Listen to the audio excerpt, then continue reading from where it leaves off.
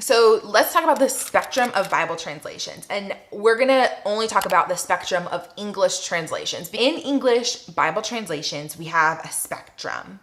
And pretty much all translations fall somewhere on this spectrum. On one end, we have literal correspondence. And on that other end of the spectrum, we have dynamic equivalent. So literal correspondence is a philosophy of translation where you translate word for word. So from the Greek, you translate every word over. From the Hebrew, you translate every word over. So like for Noah's Ark might be blabby blabby cubits long.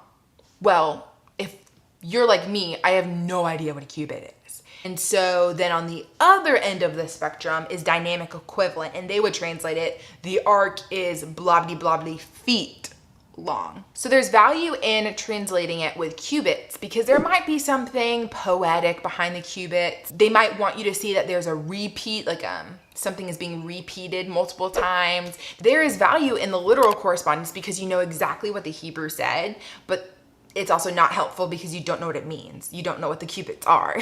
But there's times where you want literal correspondence, and there's times where it's not as helpful to have literal correspondence, like in the ark.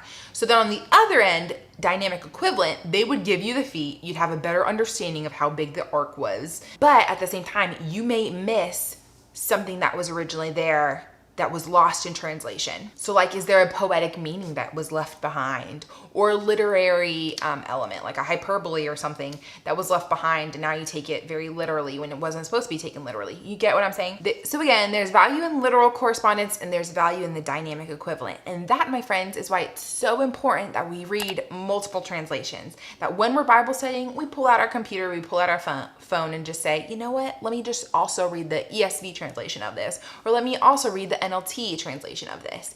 And it's so helpful to give you a different viewpoint of how the different translations have translated the same passage.